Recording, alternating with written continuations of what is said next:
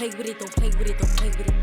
Don't play with it. Hey y'all, and welcome to episode 6 of Selfish Conversations with Dannaya. I am Dannaya, and the title of this episode is Those Kids, okay?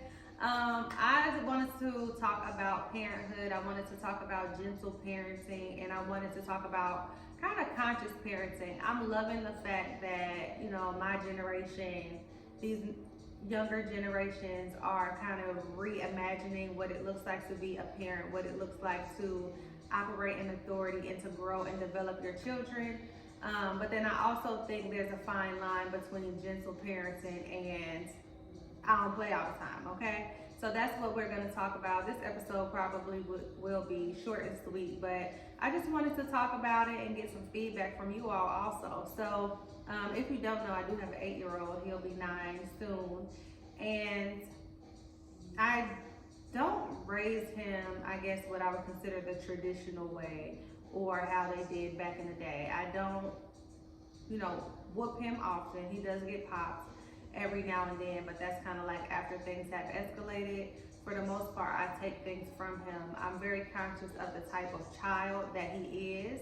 And I think a whooping probably wouldn't do any good, because if he gets whooped and is able to go back and play his game or go back doing what he's gonna do, I think he'll probably take the whooping, like, whatever, it's just a part of it.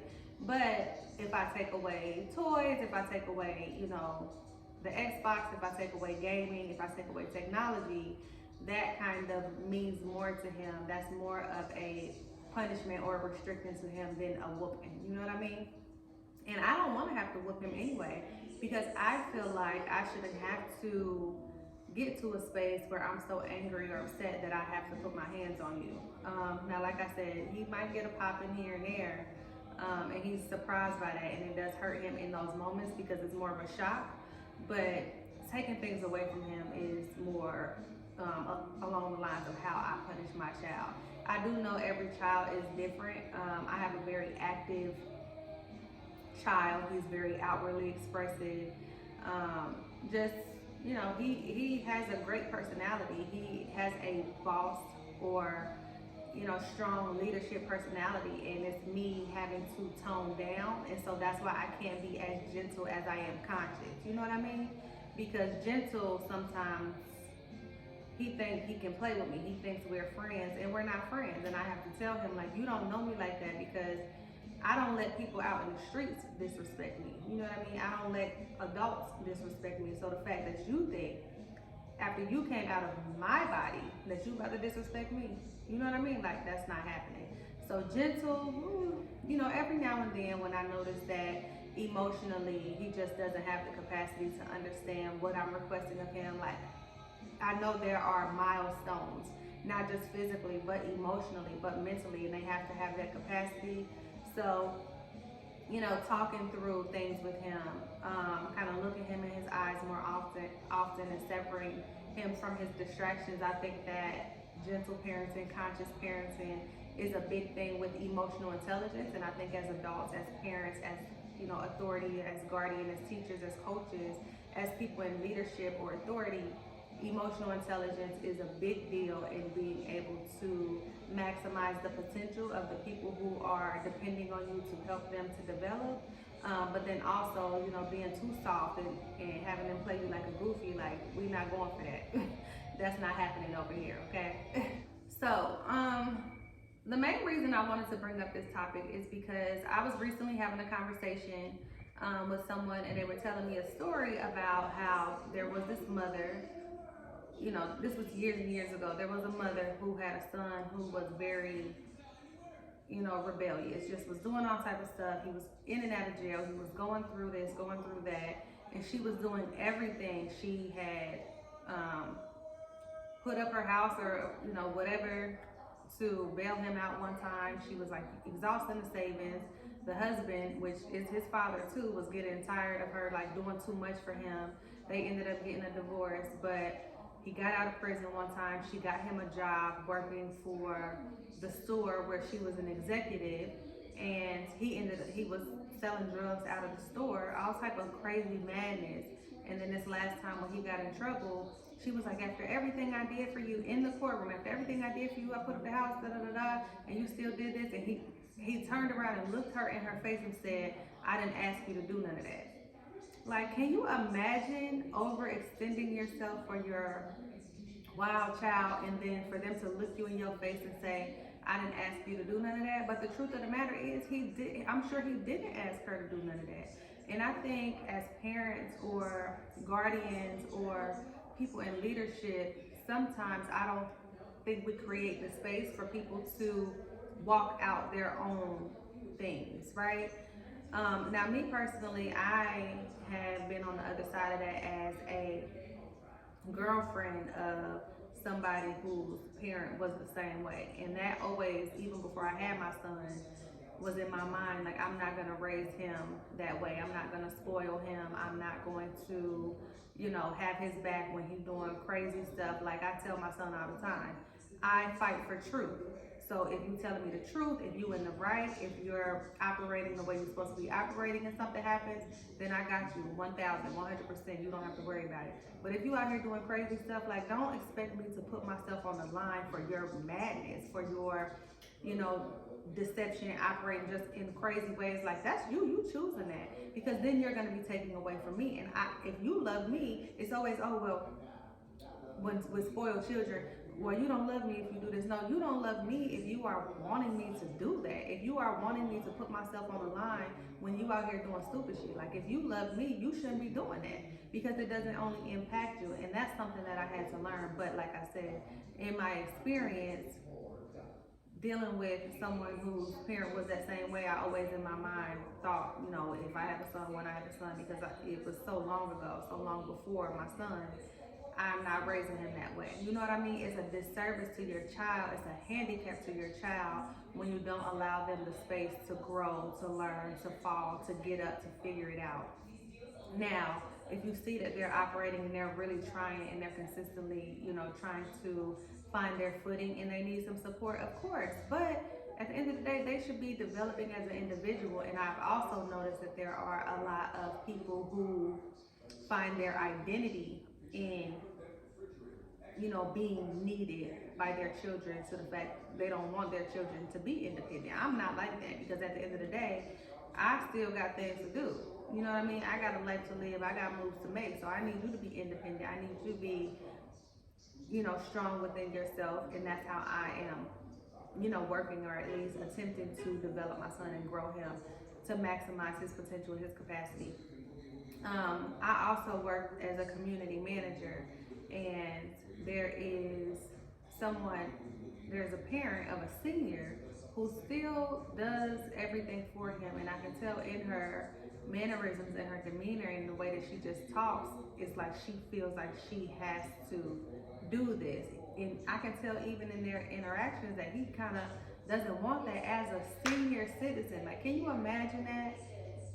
And especially I think maybe with the boys. Now I'm seeing a pattern is with the boys, because I don't have too many examples of when it's with a woman or a young daughter or a child, girl child. It's mostly with the men, and I think it's a handicap when you raise men to be like that, because then they go out and they get in romantic relationships, and the next thing you know, they want a mother instead of a partner. That's very weird to me. It's very perverted to me.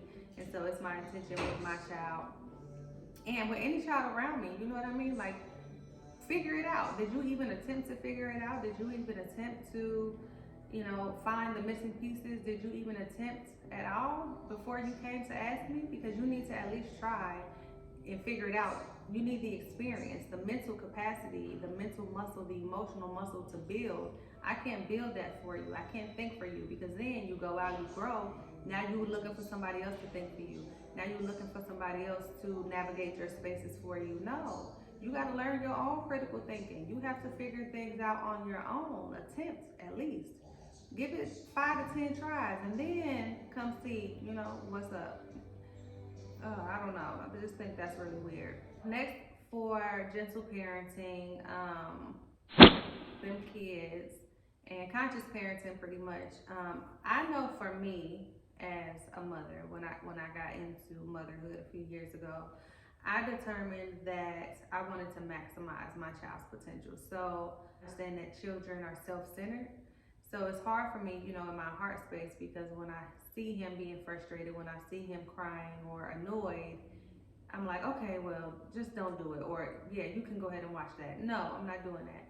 Because the thing about it is, he's only responding from his small, very low emotional capacity. But the point is, with any growth, with any development, there is a stretching. And those tears sometimes, that frustration sometimes, is a stretching. He doesn't want to clean his room. He will literally cry. Like if I was soft, or too soft, I would, oh well, we'll do it later, or you can't watch TV today. Oh, well, I want to watch. There was something that was coming on, and I can see the frustration or the disappointment in his face, and it's like, oh, maybe I should let him watch it. No, like not right now. Like you have to develop discipline. You have to develop self control, and it starts young because you don't want to wait until they're older and then now you're trying to build that muscle and they've had so much time to be so lax, to be slack, and then it's harder, you know what I mean, because now they're kind of stuck in their ways. One thing with me, the discipline part, I had to learn with even within myself to build the toughness or the kind of boundary to know that anything I'm doing is for his best, it's for his development. So sometimes you have those tears, and then you get to the other side of it, and then you have more tears, and then but you're developing and you're growing and you're evolving as you express, and then you have a greater emotional capacity. So that's something that's really important to me, especially as a soft-hearted person. I'm like, oh gosh, I don't want to punish him. Oh, well, they have this new thing coming up and I was looking forward to it. And it's like, oh, maybe I should let him. And, there is some grace, there is some flexibility sometimes. But for the most part, sticking to your guns, if you don't respect your authority, then how do you expect your child or, anybody who's under you in any capacity, if you're a manager, if you are a coach, if you are just in any position where you have a team, where you have people under you and depending on you to help them develop. If you don't even respect your own authority, then how do you expect other people to respect your authority? How do you expect them to respect your authority? And I think that's the fine line. Parents need to have the respect of their children. You have to.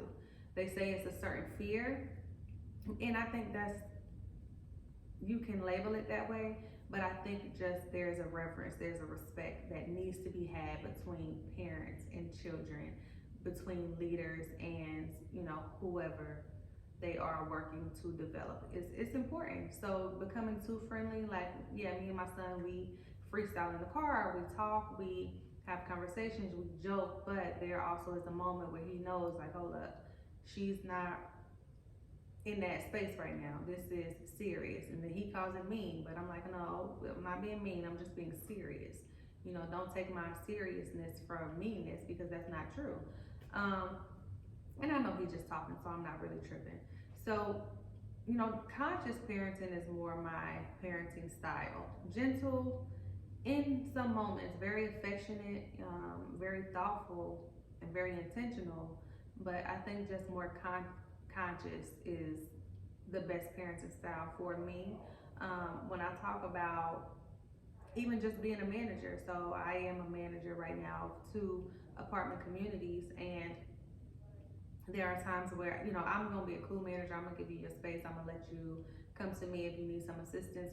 I think authority, guardianship, management is about creating space. Like literally, you have to be able to create space. In the old world, and I even want to say pre-COVID, it was very restrictive. It was very oppressive. Parenthood, anything, it was like, do what I say. It was very robotic. It was very mechanical. But I think what people are not realizing is that everything should be evolving. So if it's not evolving, it's like the example with the shark tank or whatever. If you put a shark in a fish tank, it will only grow within that little space. But if you put it in its natural environment and you create space, then you will see what it has the potential to develop into. And I think that's the same thing with kids. Like you gotta treat them as individuals. You have to be able to hone in on certain things that trigger them emotionally. You have to be able to work through those things with them. And then you have to be able to isolate and identify the things that bring them joy. And when you see that, be able to build and grow upon that. I think that's something that's really important. Being able to maximize the potential of your children is being able to isolate and identify what brings them joy and create space for them to grow and develop that. Because if not, something's going to grow and develop because everything is moving. If it's not moving, if it's not growing, if it's not evolving, then it's dying. So if you don't create space for the positive emotion, then you are creating space consciously or unconsciously for negative emotion. You see more children are dealing with depression and anxiety. You see more more children are dealing with rage and anger and these kind of emotional and mental disorders. I don't think that's coming from nowhere. You have to create space for them to develop the best parts of them, because if not, those lingering and nagging emotions are going to develop. They're going to grow. It's going to be like a cancerous tumor, emotionally or mentally. And yeah, that's something that's really important. Now that I think about it, I actually know a young woman who I was, kind of keeping in communication with, and she has children, and all of her children were on medicine. And I'm like, okay, I don't know beyond what she tells me, but that seems a little off, especially she has from what she told me, she has no history of mental or emotional illness.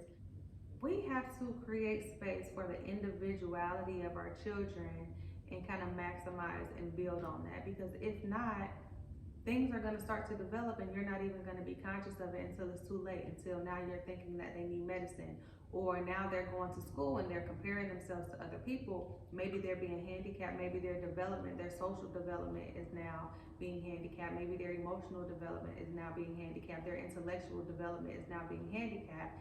And with technology, everything is moving so fast, so now they go to school and they're comparing themselves, or they go in different environments and they're comparing themselves, and now people are more anxious, now they're more depressed. And even young children as young as 7, 8, 9, 10 are committing suicide. Like, what is that about? And I think gentle parenting aside, conscious parenting is what's needed, because you have to, first of all, give them tough skin to be able to endure, because there is natural comparison that comes between people, just honestly, and especially children as they're developing, they become hormonal. Kids can be mean, they can be bullies. Honing in on your children, becoming conscious of who they are, will help them and support them to develop into the best parts of them. And not to say that everything will turn out well, because life is life, but at least attempting, to maximize their most positive emotions, at least attempting to hone in on the different things that they're experiencing and help to guide and direct them, instead of it just being a free-for-all. I think that's something that's really important, especially as it comes to the mental and emotional space of these children. Not just physical, not just academic, but the mental and emotional and even social aspect of it, especially if they have phones and they're on social media and all of those things. Like, you got to be very aware of what they're being exposed to, what they're being impacted and influenced by, and anything that is influencing them to go into dark spaces, anything that is influencing them to kind of move into perverted spaces, anything that's influencing them to operate in ways that are out of order. Tap in. Gentle, no. You know what I'm saying? That's when you got to get real with it. Like, nah, we're not doing that. They might be doing that, but we're not doing that. We don't move like that over here. You know what I'm saying? Cut that off. If you notice a pattern, you always with this friend and that's when you get in trouble, you gotta cut that off. Either you're gonna be the leader and tell that friend, nah, we're not doing that, or you're gonna have to cut that off. You know what I'm saying? Because that's a signal telling you that ain't working. When y'all get together, it's disorder, it's disruption, and we're not doing that. You know what I'm saying? So, conscious parenting. And I really just started talking about that in this podcast episode, because it really was gentle parenting versus play all the time. But that's what it is. Like, I really don't play all the time, and I'm gonna put my best foot forward to make sure that you are developed into the best individual you are supposed to be. You know what I'm saying? Like, I'm here with you, but I'm not here for you. You know what I'm saying? I'm here for future you. I'm not here for you who only want to play Fortnite or only want to do this, or I'm here for future you. So You don't like me today, that's fine. You know what I'm saying? Dang, that's crazy. But you'll thank me later. So that's pretty much all I wanted to talk about today. It's really kind of like a ramble, like a rant about conscious parenting, gentle parenting, the fine line between gentle parenting and I don't play all the time is just being conscious of when you have to have those soft lines and when you have to have those hard lines. And it's not just with parenting. I think anything that relates to guardianship, to authority, to management, to leadership, most of the time, at what happens at the macro is applicable at the micro. So with any management style, with any leadership style, creating space, maximizing the potential, having open and honest and transparent communication. Honesty is a big deal with me as a parent. I have heard so many stories where people resent their parents because of the lies, the deception, the ways that they operated. When they see their parent inside the house, it was totally different than who they were outside of the house. They lied to them to get them to move in certain ways. I don't do that. With my child, if there's something that I think is, too much for him right now, I say, well, we'll talk about that later when you get older. But lying or trying to deceive him to manipulate the way he moves, I don't do that. I think that's something that's really important. If you have to lie to your children, what? That don't make no sense. You know what I'm saying? Like, tell the truth. That is a big deal when it comes to parenting for me, because then it creates that negative emotion toward other people in authority. You don't trust nobody no more. Trust is a bond. And I don't like being lied to. I don't like being deceived. I feel like you're playing in my head. And that's one of those things that I really, you know what I'm saying, it's hard for me to even forgive. Being lied to, especially about things that relate to me, and I feel like you're doing it intentionally to be malicious and to manipulate me like a pawn on your, no, don't lie to me. And I'm not gonna lie to him. Have that same respect. I don't want him to think I'm trying to play in his head. Like, I'm telling you the truth, and this is what we're doing, and this is how we're moving, and that's it. You know what I mean? So I'm glad that came up. So real quick, honesty is the best policy when it comes to being transparent, being open, being honest, having clear communication. That's a big deal because it sets the tone. That's the foundation of any relationship. Trust is a bond. Once that's broken, it's like, that's hard to recover. So yeah, that's what I wanted to talk about. This is Selfish Conversations with Dannaya. This is episode number 6. Those kids. Gentle parenting, conscious parenting, and I don't play all the time. Thank you for tuning in. I will see you guys next time. And Hey, Shama. Did you violate it?